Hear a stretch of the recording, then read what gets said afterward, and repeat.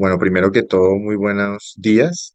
El tema principal que vamos a intentar tratar en este momento es la amiloidosis transtirretina, ¿sí? Pero para poder hablar de amiloidosis transtirretina hay que tener en cuenta algunos criterios principales. Es saber qué es la amiloidosis como tal para poder definir la amiloidosis transtirretina y además de eso, también es importante que podamos también definir cuáles son los signos y síntomas para que tanto pacientes como médicos estemos familiarizados con qué puede parecer amiloidosis. Y por último, el diagnóstico y tratamiento, que en este caso nos vamos a referir principalmente a la amiloidosis transtirretina, ¿sí? Para conocer todo esto, primero que todo, tenemos que espérate, listo, ya. Empezar a presentarme. Mi nombre es Sergio Esteban Morales Jiménez. Yo soy un neurólogo de la Universidad de Buenos Aires, del Hospital Carlos G. Durán. También soy especialista en enfermedades neuromusculares y electromiografía, del Hospital de Clínicas José San Martín, también de la ciudad de Buenos Aires en Argentina. Y actualmente me desempeño como neurólogo electromiografista, jefe de la unidad de enfermedades neuromusculares de Neurocentro. Eh, Como les habíamos dicho, entonces vamos a empezar por definición. Entonces, primero hay que entender qué es la amiloidosis. La amiloidosis es una enfermedad crónica, poco frecuente, eh, que básicamente está subdiagnosticada. ¿A qué nos referimos con esto? Aunque la amiloidosis, primero que todo, es una enfermedad que la hemos nombrado en la hemos escuchado nombrar en muchos medios, por ahí de pronto no sabemos mucho qué es como tal. Y al no saberlo, tanto el público en general, que no tiene la idea de cuáles son los síntomas, de a qué se puede parecer, mucho menos vamos a consultar por esta razón. Por lo tanto, tanto los médicos como los pacientes estamos subdiagnosticando la enfermedad. ¿Cómo se define? Se define como un depósito de proteínas mal plegadas que forman unas fibrillas de amiloide que se acumulan en diversos tejidos en el espacio extracelular. ¿Esto qué quiere decir? Básicamente, vamos a poner como ejemplo la amiloidosis transirretina. Nosotros tenemos distintos tipos de proteínas en el cuerpo. Dentro de ellas, por ejemplo, en este caso es la amiloidosis transtirretina. El hígado produce la transtirretina, que es una proteína que genera unas funciones específicas que vamos a nombrar más adelante. Se sintetiza normalmente en el hígado en segmentos. Estos segmentos, que son los tetrámeros, básicamente se tienen que plegar de una forma adecuada. Es como las piezas de un rompecabezas, tienen que encajar de una manera adecuada para que pueda funcionar y llevar a cabo su función. ¿Qué pasa?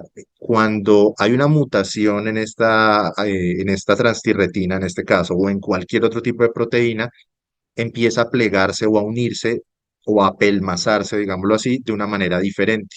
Al acumularse de manera diferente, no puede llevar a cabo su función y no solo eso, se empieza a acumular en distintas zonas. Entonces se empiezan a formar fibrillas de amiloide mal plegadas, mal dobladas, que van generando acumulación en distintos tejidos. Esas son las fibrillas de amiloide. Se pueden depositar en distintas partes, que vamos a ver más adelante, nervios, periféricos, que es los cablecitos que nos dan la sensibilidad en brazos, piernas y en distintos otros órganos como el tejido gastrointestinal, el corazón. Propiamente dicho, se pueden estar en las paredes del corazón, también se puede acumular este amiloide, y en el aparato digestivo lo que producen síntomas según la zona en la que se esté acumulando. En este esquema lo que quería mostrarles un poco es como hacer un poco más gráfico lo que les comentaba. Entonces, esta proteína amiloide, si vemos por acá, se empiezan a formar como monómeros, que son, digamos, segmentos de la proteína que pueden estar, digamos, en las primeras partes de la formación de la proteína final, ¿sí? Estos monómeros se pueden formar de una manera adecuada o se pueden empezar a aglutinar o a unir de una forma desordenada, lo que forman como glóbulos de amiloide. Estos glóbulos de amiloide, a su vez, se pueden unir entre ellos y formar lo que se llaman las semillas amiloides. Y estas semillas amiloides pueden formar filamentos de amiloide que a la vez entre filamentos se empiezan a trenzar como una trenza propiamente dicho y se forman las protofibrillas de amiloide. Y al final empiezan a generarse más uniones de protofibrillas generando las fibrillas maduras. Estas fibrillas maduras son las que empiezan a generar acumulación en los tejidos y empiezan a generar patología en distintos órganos. Esto también nos pasa en muchas otras patologías que tienen este mismo esquema de aglutinación o de agrupamiento, ¿sí? ¿Dónde se puede agrupar? En cualquier tejido, en realidad. Aquí vemos en las gráficas, es un ejemplo, es una microscopía electrónica en la cual vemos tejido cardíaco. que si ponemos un acto de fe, es todo esto que estoy señalando. Y si vemos que está subrayado sobre amarillo, unas áreas un poco más rosadas al resto del tejido, que son los depósitos de amiloide en la pared cardíaca. Y en la otra imagen lo que vemos es un corte de una encía, un corte gingival, en el cual vemos el epitelio en la parte superior y vemos un tono rosáceo, que en realidad es una tinción especial para que el amiloide sea más notorio, que la llamamos rojo Congo. Esta tinción lo que nos ayuda es a evidenciar el aumento en la presencia de amiloide que no debería estar presente en estos tejidos. Ahora, los tipos de amiloide. Entonces, ya dijimos que el amiloide es una sustancia que no debería estar y puede ser formada de distintos tipos de proteínas. Aproximadamente hay de 36 a 40 proteínas identificadas que pueden producir este depósito o amiloidosis en humanos. ¿Cómo las determinamos? Hay varias técnicas. La idea es saber cuál es la proteína que se está, digamos, formando como amiloide. Entonces podemos utilizar distintas técnicas como la espectrometría de masa o la inmunistoquímica, que son las tinciones que les acababa de comentar, como el rojo Congo. Y se pueden evaluar ellas también en microscopía simple, pero es mucho más específico por microscopía electrónica.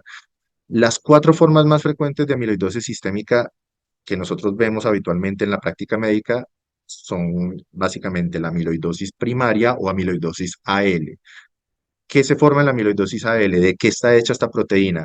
Las inmunoglobulinas son células de defensa, ¿sí? Estas células de defensa, en algunos casos, cuando hay alteraciones de las células de la sangre, pueden generarse demasiadas células de defensa, o sea, demasiadas células sanguíneas. En este caso, por ejemplo, en las mielomas múltiples, que es una enfermedad que se genera exceso de células de defensa y de otro tipo de células sanguíneas, o la macroglobulinemia, perdón, de Waldenström, también puede generar un depósito de inmunoglobulinas. Y estas inmunoglobulinas, como les decía en el mismo tipo del ejemplo de la transtirretina, se empiezan a plegar, lo que va generando una amiloidosis primaria. Otra proteína muy típicamente asociada sería la amiloidosis AA o la amiloidosis secundaria.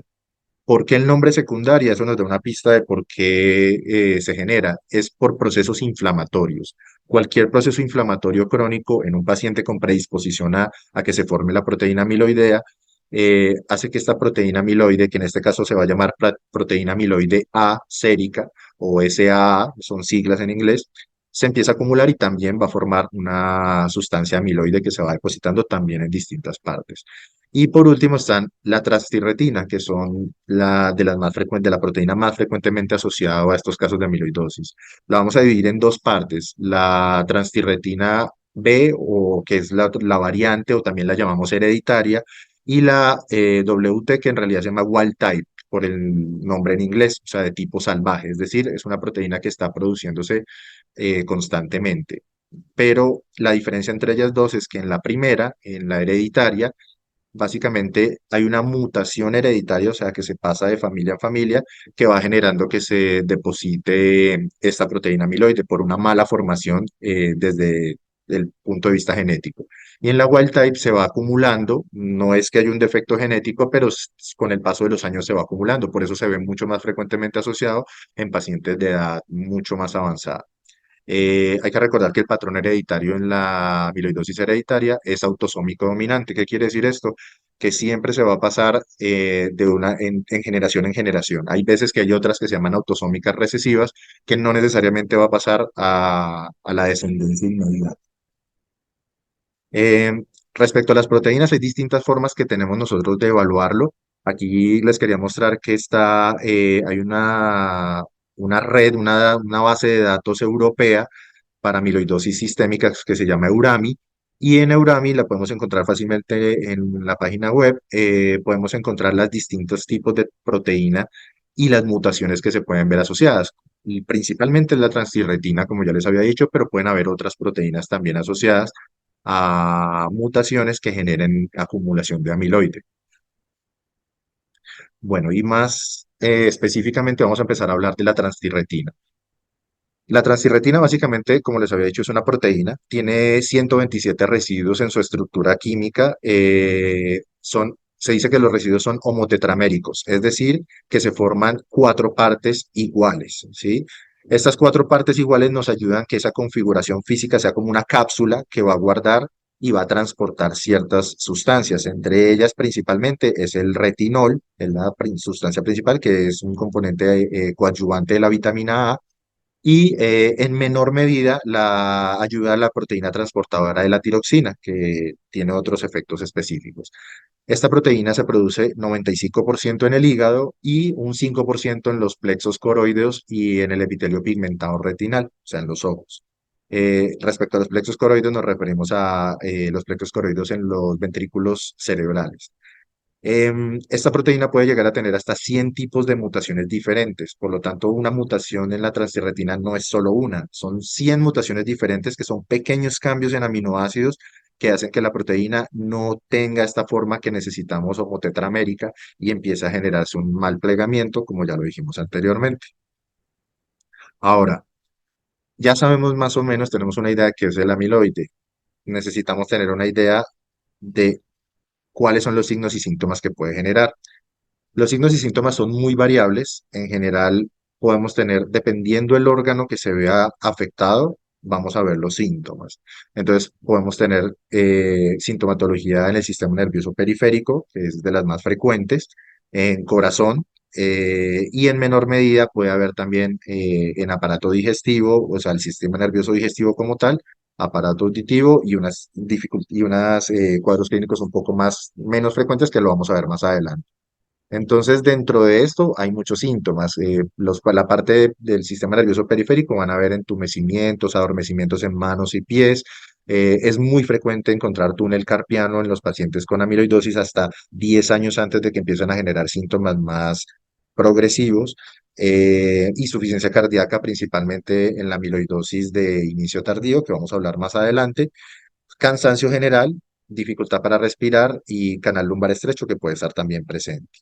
Ahora, todas las manifestaciones clínicas nosotros en medicina los llamamos fenotipos.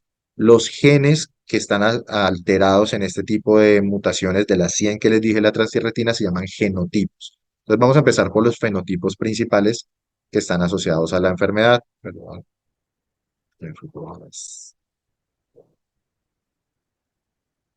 Entonces, los fenotipos tenemos principalmente tres fenotipos clínicos, que lo quise hacer de esta manera como para que sea un poco más gráfica, que es el fenotipo cardíaco, el fenotipo neuropático y el fenotipo leptomeningio.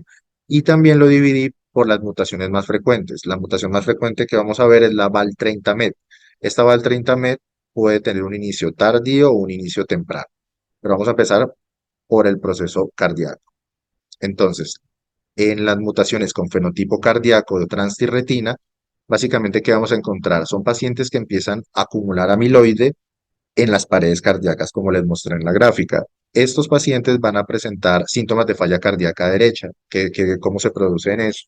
El paciente presenta dificultad para respirar cuando hace ejercicio, se hincha, genera edema periférico, se pone el abdomen muy grande porque se acumula líquido que el corazón no puede drenar porque el corazón no tiene la fuerza adecuada contráctil por la presencia del amiloide. El corazón debe ser una bomba y esta bomba no puede contraerse de manera adecuada si hay algo en la pared. Eh, Hay una característica importante para el público médico y es recordar que es una falla cardíaca con fracción de eyección preservada. Eso es algo muy característico en la TTR cardíaca, a diferencia de la falla cardíaca que se genera por fenómeno hipertensivo, por el paso de los años que se ve en la mayoría de pacientes con falla cardíaca.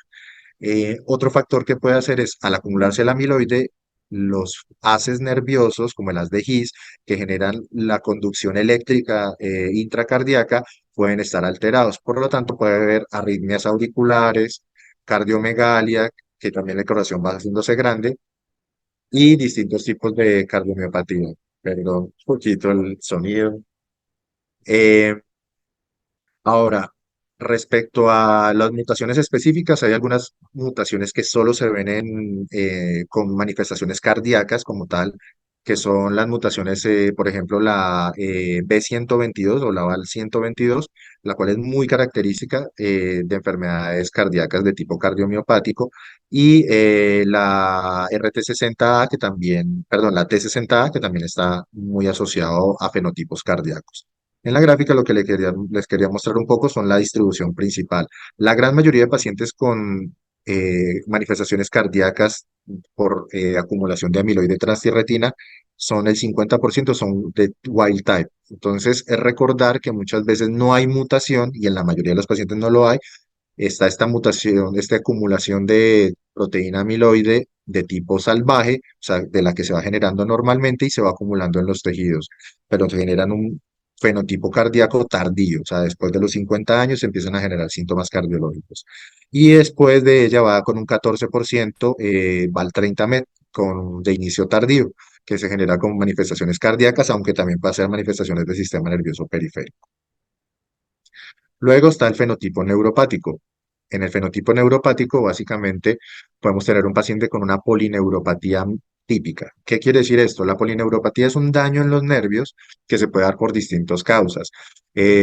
Normalmente el nervio periférico tenemos que pensar eso como si fuera un cable de corriente. Este cable de corriente tiene una región externa que viene siendo el plástico de cualquier cable de conducción de que tenemos en los hogares con los electrodomésticos, pero en el interior tiene un cable de cobre que es el que se encarga de transmitir la electricidad. En nosotros es una célula viva, es una prolongación de las neuronas que se llaman axones.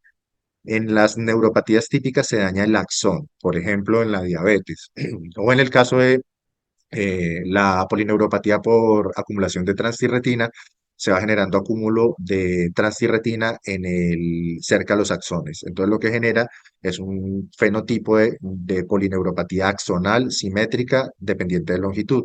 Es decir, se va dañando lo más lejano a donde nace la señal. Es como cuando uno habla, le habla a una persona y la persona está cerca, la persona va a escuchar fácilmente la voz, pero cuando la persona está muy lejos, no la alcanzamos a escuchar muy bien. Lo mismo, las señales que manda nuestro cerebro llegan fácilmente a la primera región, por ejemplo, de los hombros, del brazo cerca, pero cuando llegamos a los dedos de la mano, de pronto ya tarda un poquito más en llegar y mucho más a las piernas.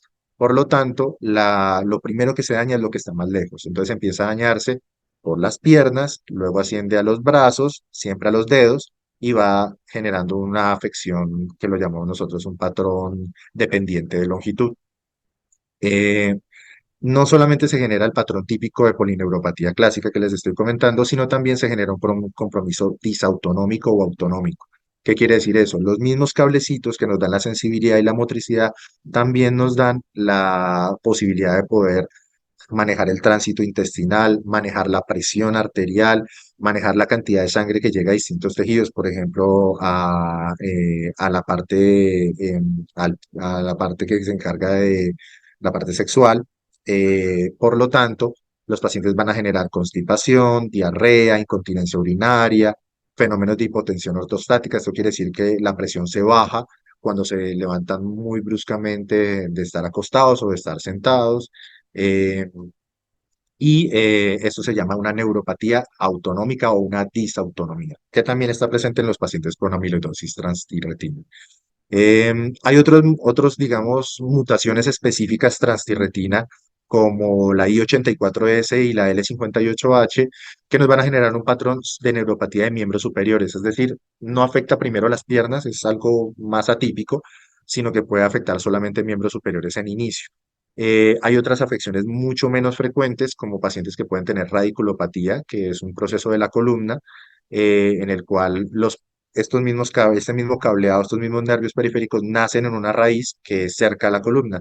No es típico que en la polineuropatía clásica se afecte la raíz, pero hay algunos casos de mutaciones de transtirretina que pueden generar radiculopatía o hasta daño en el propio músculo, una miopatía en amiloidosis transtirretina que son mucho más raros.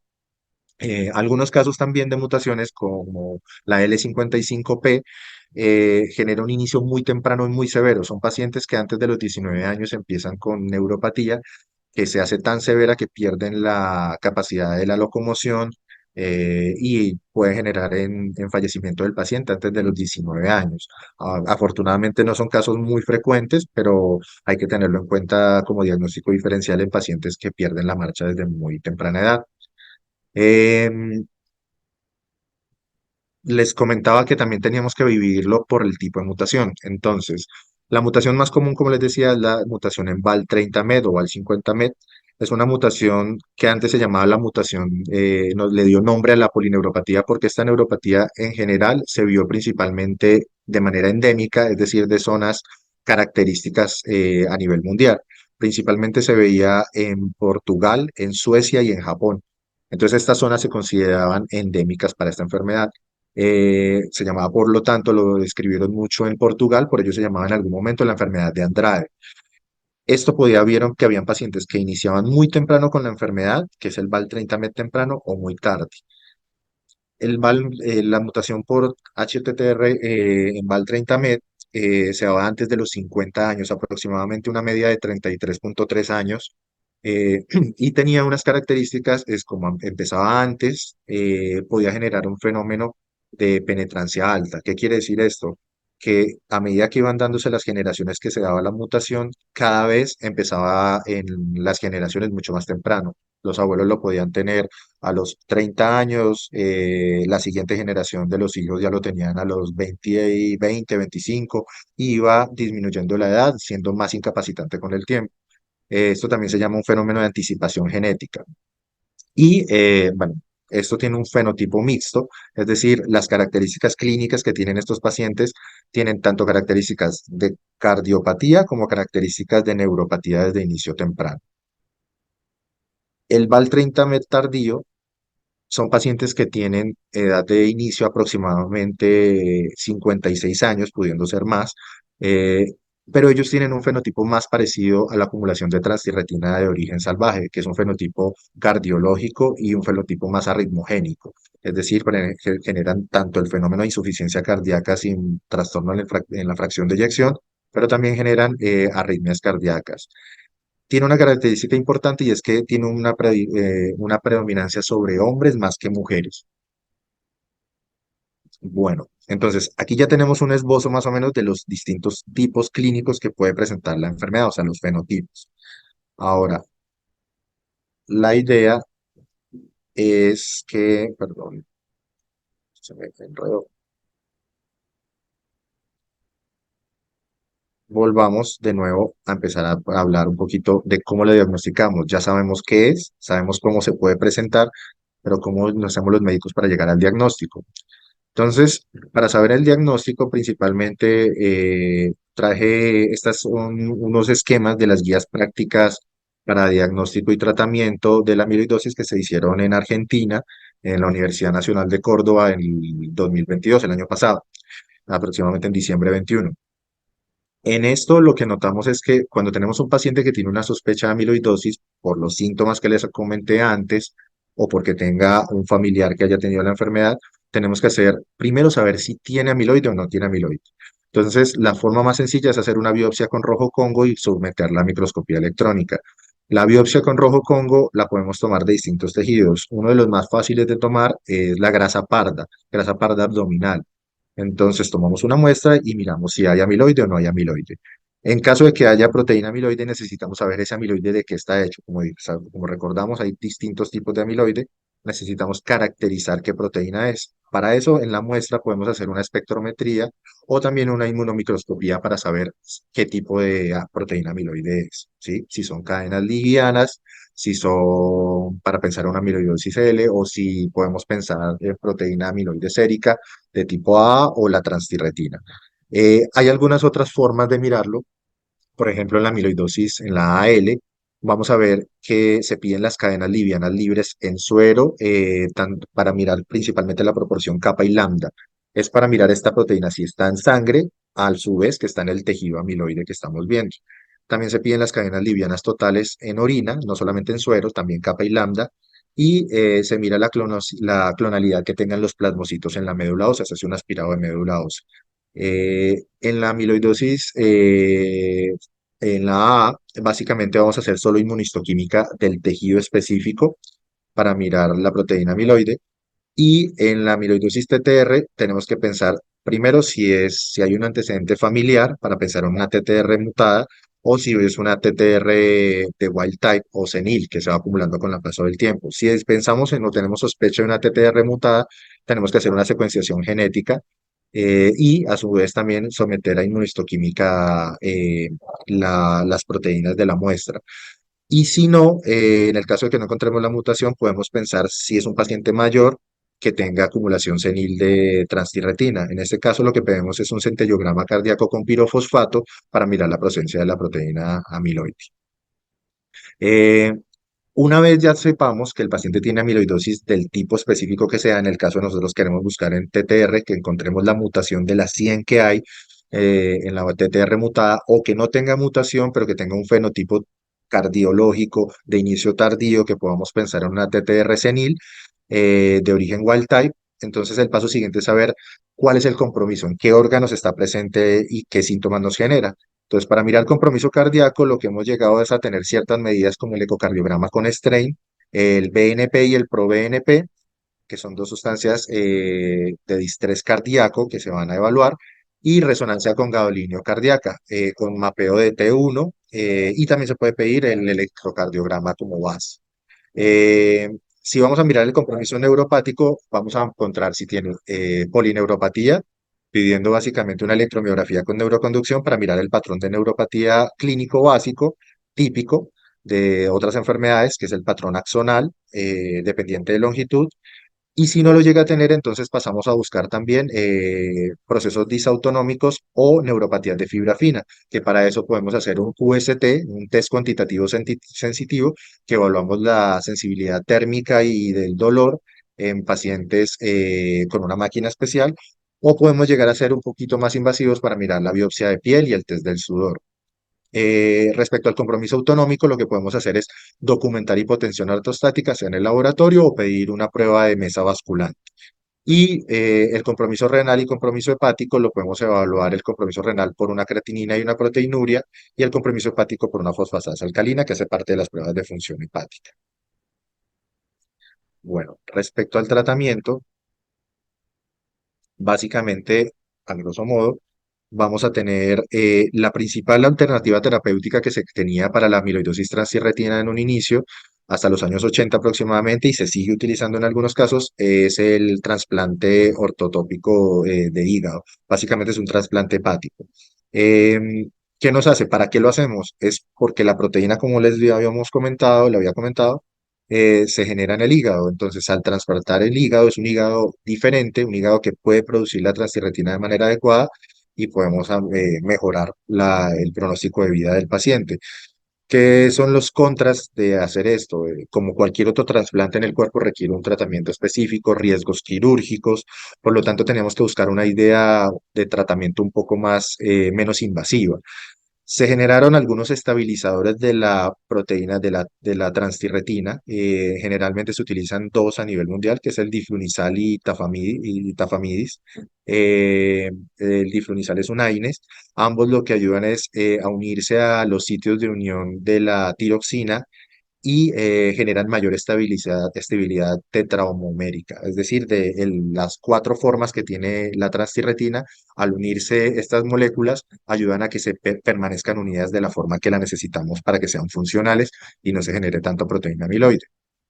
Hay otros agentes que se utilizaron en algún momento, pero no tanto para estabilizar la transtirretina, sino para evitar que se agreguen las fibrillas amiloideas. En general se utilizó en algunos casos la unión de doxiciclina con TUDCA, que es un ácido ursodesoxicólico. Esto reduce la acumulación de la toxina de de la transtirretina tóxica para que no se agregue en monómeros tan grandes. Es otra forma de llevarlo. Pero veíamos que clínicamente la mejoría en los pacientes no era tan notoria porque solamente estamos intentando disgregar una pequeña parte de lo que ya se estaba acumulando en los otros tejidos. Y estos transtirretinas ya acumuladas en los tejidos no la podíamos cambiar. Entonces la idea era llegar antes, evitar que se formaran estos, este problema genético en la transtirretina. Entonces se generaron nuevas opciones terapéuticas como son patisiran e inotersen. Patisiran es una RNA interferencial que se une a el complejo citoplasmático y lo que hace es que haya una degradación del RNA mensajero que tiene la información truncada para generar la proteína transtirretina que no nos sirve. Entonces eso ayuda a que no se genere al fin de cuentas mayor cantidad de amiloide. Y la otra forma es algo similar que se llaman oligonucleótidos antisentidos, que es un DNA de cadena sencilla, y se une la secuencia transtirretina en el pre-RNA mensajero, en el hepatocito. Lo que hace es que se clive y se rompa el ADN mensajero que iba a llevar la información errada. Por lo tanto, también al final evita la creación de transtirretina de manera mutada. Entonces, aunque son similares, tienen algunas características especiales respecto a la forma de administración y los periodos de administración entre ellos, que pues de pronto no es el objetivo de esta charla. Entonces, al momento son las técnicas más utilizadas para disminuir la actividad de la transtirretina y ese es el panorama de tratamiento actual, ¿sí? Entonces, volviendo a todo esto, la idea es que tengamos en cuenta qué es la transtirretina, qué signos y síntomas tiene, que espero que haya quedado algo claro, y cuál es el diagnóstico y tratamiento actual a grosso modo. Eh, Espero que les haya quedado claro. La idea es que me pasé un poco del tiempo que teníamos presupuestado, pero la idea es que sirviera para un público muy diverso y que les haya servido mucho. Hay que entender que iniciativas tan importantes como las de la Fundación nos ayuda mucho a que podamos tener una mayor correlación con los especialistas, los pacientes y los médicos que nos ayudan a llevarnos los pacientes a nosotros para que podamos hacer este tipo de tratamiento. Pero lo principal que hay que tener en cuenta en esta charla es sospechar, saber de qué estamos hablando cuando hablemos de amiloidosis, consultar con su médico si tiene alguna duda de los síntomas, puede que sean por otra causa, pero consulten con su médico y que los médicos estén familiarizados con la existencia de la amiloidosis, que los puedan referir a un profesional y que se apoyen en fundaciones con estas iniciativas para que puedan llegar a nosotros. Eh, Creo que con eso terminaría la charla por mi parte y les agradezco mucho su atención. Muchas gracias.